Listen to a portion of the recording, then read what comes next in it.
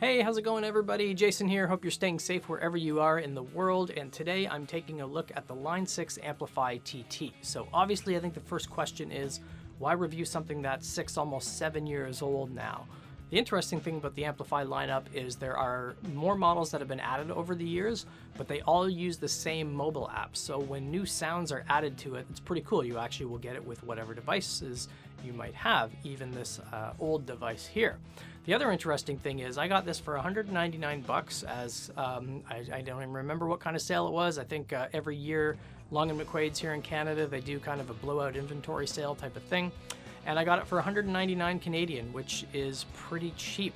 They are still going for over 300 on eBay, but you can find them if you find some old stock at a music store. You can get them pretty cheap, and you do get a whole pile of features with that, which is really cool. So let's get into taking a look at the hardware itself. So the size of it, it's reasonably small. It's, you compare it to the Spark amp here, you could easily carry both of them around because obviously the Line 6 does not have a speaker built into it. So sometimes I'll actually use my Spark amp as the speaker and just connect them up together. But construction wise, it feels pretty solid. The knobs are easy to use. They don't feel kind of cheap as maybe is what you would expect from such an inexpensive device, but it does have tons of connectivity options, which is pretty cool. So first, on the front, you get some of the basic features that you get with any of these types of desktop amplifiers. You get your bass, mid, and treble knobs right on the front, a reverb knob. You get a headphone jack on the front, so it's a 1/4 inch headphone jack, so you'd need studio headphones or an adapter cable if you wanted to use, say, your earbuds or something like that. There's also a Bluetooth button on the front, which is nice because you can hold that down and it will reset the Bluetooth connection. So sometimes if the Spark feels like just flaking out and not working, you actually have to go into the Spark app itself and reset Bluetooth. Or you could just turn it off and turn it back on and just hope for the best. But it's kind of nice having that little Bluetooth button on the front so you can see what the status is. If the light is solid, your app and your mobile phone is connected. If it's flashing, it means it's discoverable and you'd be able to connect something to it, which is pretty cool. So there's a tap tempo button on the front that also doubles as your tuner. So if you hold that down, that will activate the ring on the volume/blend knob, which I'll get into in a minute. And that will actually show you if you're sharp or flat. So it does have a tuner built in. There's no notification on the front of it that tells you hold for tuner, which the Spark does have that. So if you didn't know that feature existed, there's no way to really discover it unless you just kind of try it out. The other thing that they have on the front panel is 4 presets as well, so you can store presets with it. So if it's something that you want to kind of carry around to band practice or maybe plug it into a PA instead of lugging your entire rig with you, you can do that. You can get your 4 preset sounds there as well. So again, because it doesn't have a speaker, it does have quite a few outputs, so you can hook it up to pretty much anything. So if you check out the back, you've got an RCA output. Obviously, you've got USB output, so you can hook it up to your computer. You've got line outputs that you can use, plus an optical out. And there's a connector for a foot switch, which is pretty cool. So you can hook up a foot switch to it. So Line 6 also has the foot switch version of the Amplifi model that has all the amp effects built into it as well, but you can get a foot switch to be able to control it there as well. So the one thing that's interesting is the design of the power adapter, which is really weird. Now this isn't that big of a deal for me because I just leave it plugged in right there on my desk permanently, so I just had to move my power bar stuff around once to accommodate that very weird shape of it. But the other interesting thing about that is the cable is really, really short. So if you compare it to, say, maybe the Spark amp or some of the other desktop amps out there that have longer cords, this one's pretty short. I think it's maybe 3 feet or so, maybe 1 meter long. So you'll have to be relatively near a power outlet or just get an extension cord. But anyway, that was one thing that I just thought was kind of weird. So let's get into some playing examples and then I'll get into some of the features of the app.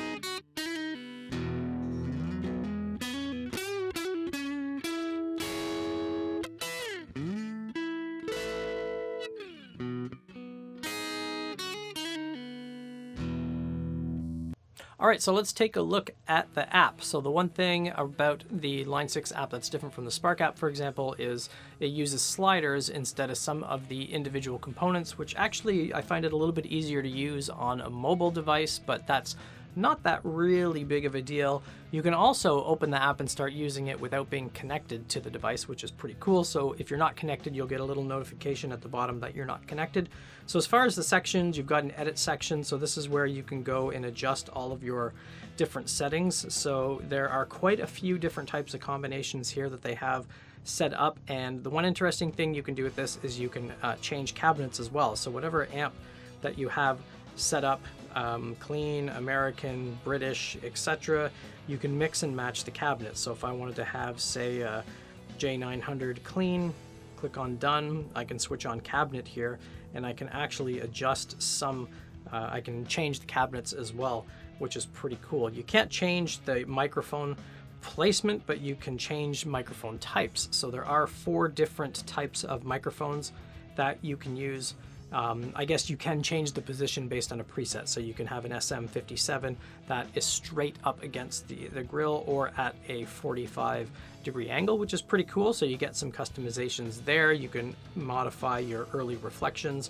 And there's quite a bit to actually flip through in this. I think in total you could easily, there's thousands of different combinations you could do based on all the different effects and cabinets and heads and stuff that they have. So all the sliders are pretty easy to adjust, and again, I think this is much easier and more precise than the Spark app. The Spark app, I think, looks a lot better than this one, but for the way they have it laid out on such a tiny screen, it's actually pretty good. So the one neat thing about the app is you can actually move components around. So if I wanted to say, so if you press and hold the screen, you'll notice you'll get these bars on the screen, and then you can drag certain components to different spots in your effects chain. So if I wanted my stomp box to be the last thing in my chain, I guess if you really wanted to do that, you could, but it's neat that you can actually do that. Plus it does have more built-in effects than the Spark. So if you go into the stomp pedals, for example, you get a lot more. You get some different fuzz pedals, you get a bunch of different tube, distortion, compression pedals, stuff like that. The other thing that you can do, especially with the delay one, is it has a tap tempo button. So you can tap your tempo as opposed to just trying to create the right delay timing and offset that you want to have, which is pretty neat. There is a gate.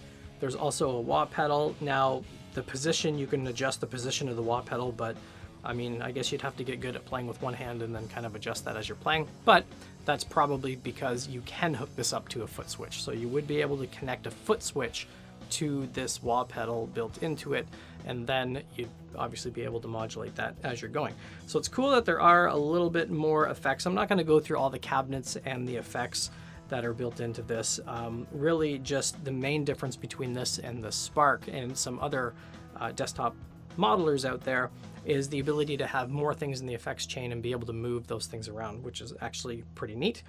If you go to the details tab about the rhythm, this is where you can get some information about the actual tone itself, and you can store your presets, you can save them, you can share them. So if you hit the share button, you'll be able to share those to their equivalent of the tone cloud. You can actually store it on one of the 4 presets right from within the app itself, which is pretty neat. If you really wanted to, you could post it to your Facebook timeline or your Twitter timeline. Don't know why you'd want to do that, but anyway, you can if you want. There are a bunch of preset tones in there as well, and this is really my only complaint about the app, is when you go to the cloud section, you get an empty list, so you get nothing.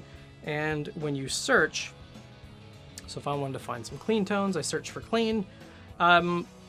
I'm gonna guess that they're sorted by date they were uploaded, potentially, or created or something like that.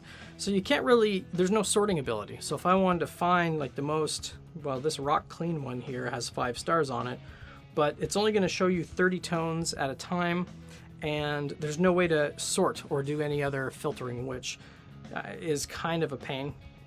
It has some built-in tones that come with it, so these are all the presets that come with the app. But really, I think it would be cool if they put a little more effort into the actual tone cloud itself. So I did a little video on the top 5 Spark tones. I was hoping to do the same thing with the Line 6, but you're limited to whatever term you're searching for, which is kind of a pain. You can favorite things, and then obviously you'll get a list of whatever tones that you customize there. So it's pretty well thought out there. Levels, this is another interesting thing. So with the Spark, you control the levels through the master, the output, and the little small music volume knob at the top, depending on what volume you want to control. Here you can actually switch your guitar levels and your overall output levels of the Line 6 as well, which is a little more intuitive. So the one thing that I did notice, because I do a lot of USB recording with the Spark and with this one as well, is the Spark's really loud. So I was trying to adjust the little music volume knob. It's not making a difference. So I would just use a gain plugin or a compression plugin on the way in to be able to manage that sound. But it's actually the master volume on the top is what controls the output of the amp as well. And then the output knob on the top of the Spark actually controls the volume coming out of the speaker. So a little bonus lesson there. There's a built-in tuner in the app as well, but like I mentioned with the specs, it's built into the front of it as well, so you can just hold that tap tempo down, and that will change the rings on the volume/blend knob to be your tuning indicator, so telling you whether or not you're sharp or flat. You can also connect this to jam tracks and music. The music is limited to, at least on my iPhone, it's limited to Apple Music. I would assume on an Android device, it is going to be whatever your default music player is, so maybe it would work with Spotify. I'll try that in an Android simulator, but I don't have an Android device to test that out. So drop a comment below and let me know if you use this on an Android device and if you're able to access Spotify, because I was only able to access Apple Music doing this. Jam tracks, it has the same jam tracks. If you've seen any of my Spark videos, you know I don't really use the jam track feature on the Spark either. I tend to just play along with either real songs or backing tracks on YouTube, but you do have that option as well. It doesn't have the jam mode stuff that the Spark app has, so it's not going to give you the chord progression and some of those other things that you'll see in the Spark app. And in your settings, you just get some basic information about how to get help, about the remote, where the manual is, and this is where you can adjust the firmware settings. So I did a firmware update on this. It took about 45 minutes to do. I don't know what was different with the firmware update. Nothing seemed to change when I did it, but anyway, you've got all those settings there in the app as well. So it's pretty straightforward to use. I would say how I really use it the most is usually just in the edit screen, mucking around with these things. I don't use the built-in tuner on it, so I have little small tuners on my headstocks. That's what I use mostly for my tuning, or I'll just use the tuner in Logic. So, but at least you do have the option there, which is pretty cool. And the last thing about the Amplifi TT is the blend/master volume knob that's on the front. So it's a dual purpose knob. You change the function by pushing it in and it will act as an overall output, And then if you push it in and put it in blend mode, if you're jamming along to tracks, that's where you can actually mix the volume level of your guitar with the track. So if your guitar is too loud, comparison to the jam track that you're playing with, you can use that blend knob to actually adjust that, which is pretty cool. Final thoughts and summary. This is a cool little amp. I like how portable it is. The fact that it's got a headphone jack on the front is awesome, so you can just carry it anywhere. The one feature, and I said this about the Spark 2, that would really make it awesome is if it had a built-in battery. So the Yamaha desktop amplifiers actually do have rechargeable batteries in them, and I'm going to be doing that review pretty soon as well. But that would be awesome to have a battery in this thing, so you could just carry it around and you don't have to worry about that really weird looking plug. So depending on where you're going to be plugging this thing in, it's just a little annoying thing to deal with. But as far as portability, it's awesome. You can drag it anywhere pretty easily with all of the different outputs on the back. That is very cool. So you could plug it right into a PA. You can connect it through USB to do recording. And I would say out of, using this and the Spark side by side for the last month or so, the Bluetooth connectivity seems to be a lot more stable in the Line 6 by comparison. So I've been in the middle of recording and all of a sudden the Spark amp will just go, sorry dude, I don't feel like being connected to Bluetooth anymore, and it just totally stops. I've also had a couple of instances that I haven't been able to replicate on the Spark where the amp, it just stops. It turns off completely. So the Bluetooth still shows connected. I'm recording, nothing coming out of the speaker, and the only thing I have to do to fix that is shut it off and shut it back on again. So I have found the Amplifi TT to be more reliable with the connection. And as far as tones, I think I've said in pretty much every video I've done on anything that's guitar playing related, as a producer primarily for me, the tones of the Amplifi, if you just compare them, say, against the Spark or different plugins, to my ears, I like the way they sound. They do sound maybe a little bit thinner than the actual Spark itself, but when you're putting that stuff into a song, you get into your mixing phase.